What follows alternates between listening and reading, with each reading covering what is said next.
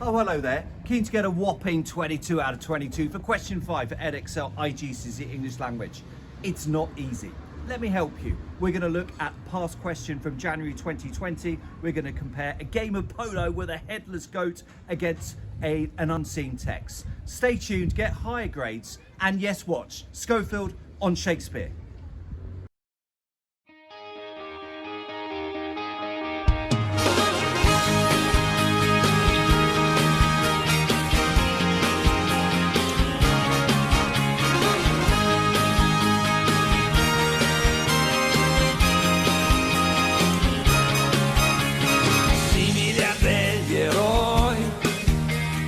Abbiamo il cuore a strisce. Portaci dove vuoi. So this question is out of 22. At the top end, what are we looking for? Varied and comprehensive range of comparisons covering both texts as a whole. You also need some brief analysis of each quotation using subject terminology. Make sure that your response is balanced. You must have a reasonably equal split between the two texts. I think an introduction is important for question 5, whereas there probably isn't time for one in question 4. Sum up the two texts in relation to the question within this introduction and include an initial similarity difference. You should have 4 chunky paragraphs after your introduction. Start each paragraph with a comparative statement, such as both texts suggest this. This can be reasonably simple, but you should then dissect this similarity by pointing out a way in which the similarity is treated differently within the two texts. Always ensure that you use quotations, short ones, to back up your points, and you need to analyse them briefly. You should also develop or extend your initial similarity mid-paragraph, and once again, back up your points with analysed quotations from both texts. This video is going to explore the question, compare how the writers present their ideas and perspectives about the sports they describe. Support your answers with detailed examples from both texts, including brief quotations. Time to look at the text. Press pause now to read these through. Each slide will go on at 5-second intervals.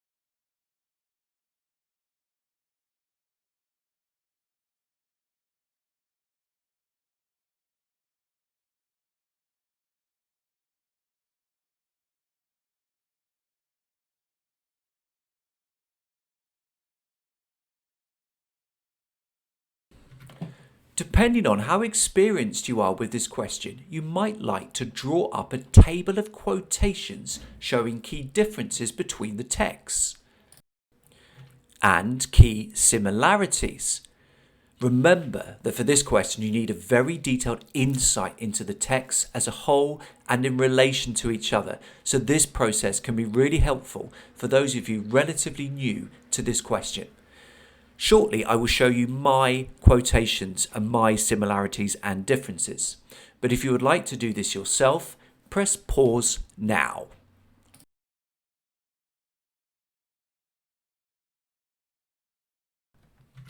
So here are some differences that I've picked up on. So one difference between the texts is that the Indian relay takes place on a course with 3 laps, whereas the donkey cart race appears to be a single direction race on a main road which is not closed for traffic.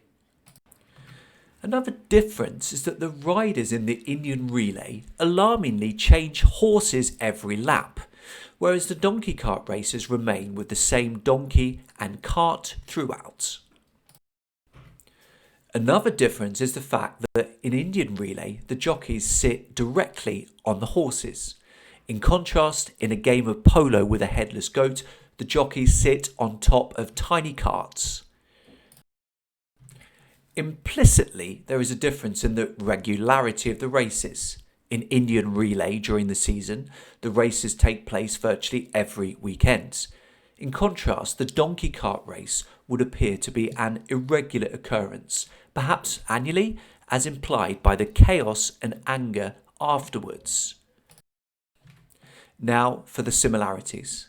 One similarity is that there is a great deal of commotion around the race and that non-racers play an important part. In Indian relay, there are 18 horse handlers that get the horses ready for the jockeys, whereas in a game of polo, there are around 50 vehicles chasing after the two donkey carts. Both races are dangerous. In Indian relay, this stems from the crazy idea of changing horses mid-race, whereas in a game of polo, the cars behind the donkey carts drive ridiculously quickly and ignore basic motoring rules in their enthusiasm to get as close as possible to the action. Both races are extremely exciting. In Indian relay, a previous rider and current team owner describes his involvement as incredibly thrilling. Meanwhile, in a game of polo, the dangerous jostling of the drivers behind the donkey carts is both exciting for those in the cars and also those watching on from the sidelines. Both sports are loved locally but unknown elsewhere. The Indian relay is only known within a small community within the Rocky Mountains of America, whilst the donkey cart racing implicitly only takes place in the Karachi district of Pakistan. Another similarity is that spectators play a fundamental role in both races. In the Indian relay, the crowds enthusiastically support their teams and family members, whilst in a game of polo, the spectators actually effectively join in the race by driving dangerously behind the two donkey carts. Finally, another similarity is that both texts refer to Western outsider filmmakers who become fascinated by these unusual sports. The first text refers to American filmmaker Charles Dye, who released a documentary called Indian Relay. Similarly, the author of text 2, Emma Levine, is herself filming the crazy action. Let's have a look at how you might structure a paragraph. Start with a similarity within a sentence saying both texts. In the second sentence, then probe and dissect that similarity, pointing out different ways in which that similarity is presented within the two texts. Next, turn your attention to text 1, include a quotation and then explain it. Then compare that point with the second text, include a quotation from that text, and then analyse that quotation briefly using subject terminology. Mid-paragraph, develop your initial point. Make a topic sentence and then use a quotation from text 1 which backs this up. Then compare that point with a point from the second text. Back up this with a quotation from the second text and then analyse this quotation, once again aiming to use subject terminology. Time now for you to have a go. Write a full question 5 following my tips about how to structure each main paragraph. Remember, short intro, summarising the text in relation to the question, followed by 4 chunky paragraphs. Press pause now.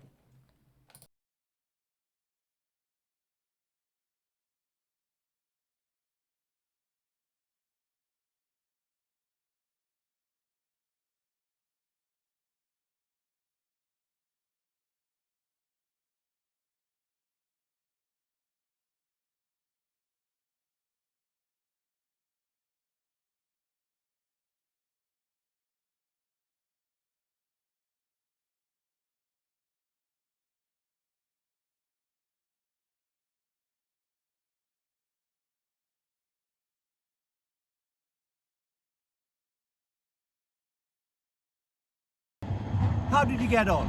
Time to compare your response with my corker. Text 1 describes a dangerous sounding Native American sport in which jockeys race horses on a course but switch horse every lap.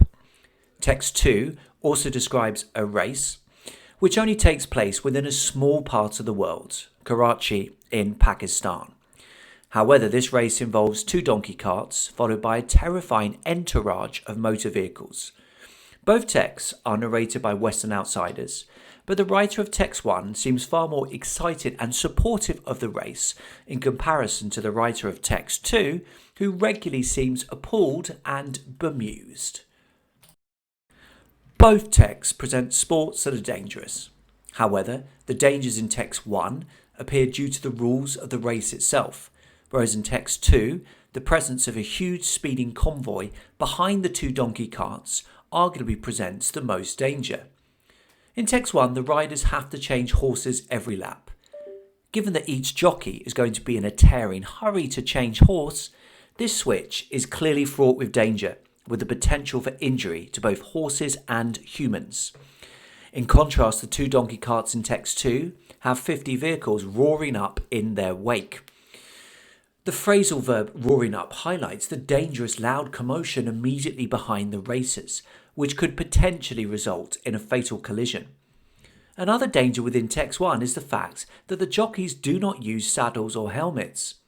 These items provide essential protection to jockeys, and the fact they're not used increases the potential for serious injury. However, the danger seems far more widespread in text 2, due to the presence of so many cars keen to get as close as possible to the donkey carts. Levine describes it as Formula One without rules. This metaphor highlights the terrifyingly high speeds of the vehicles, but also the dangerous chaos and lack of order within the race. Both races take place on courses. However, these courses are very different in their setup. In text 1, the course is a track, and the racers need to complete 3 laps. This setup sounds more like a conventional organised Western race, in which there is a clear separation between the race and the surrounding area.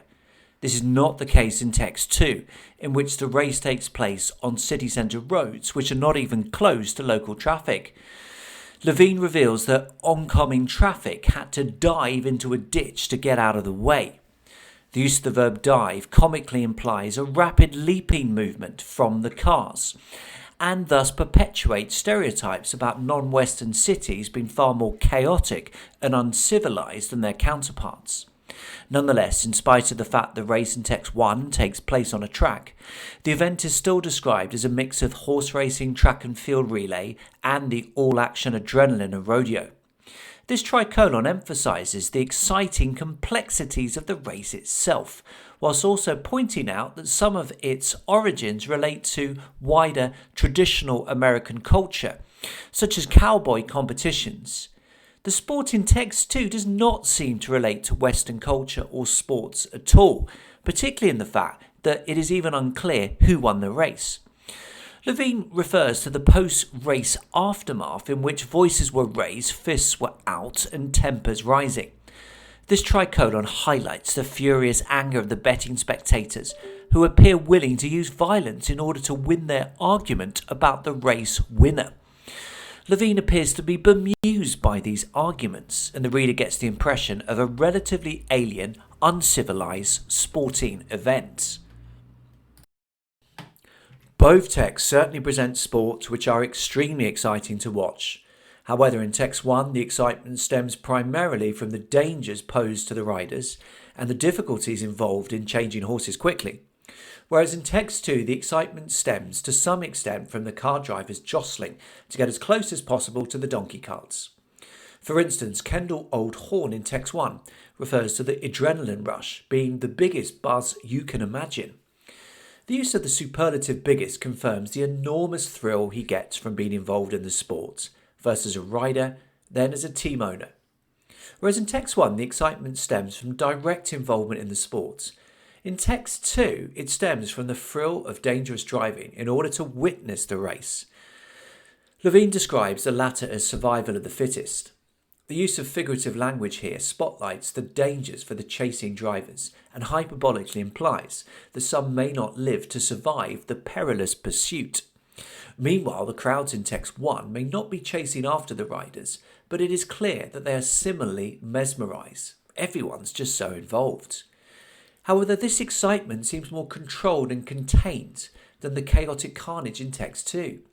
For instance, the race as a whole is described as a city centre rush hour gone anarchic.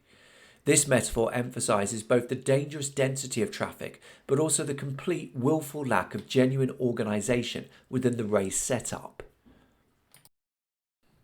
It is notable that both texts are narrated by Western outsiders who have never previously encountered or heard of the sport in question.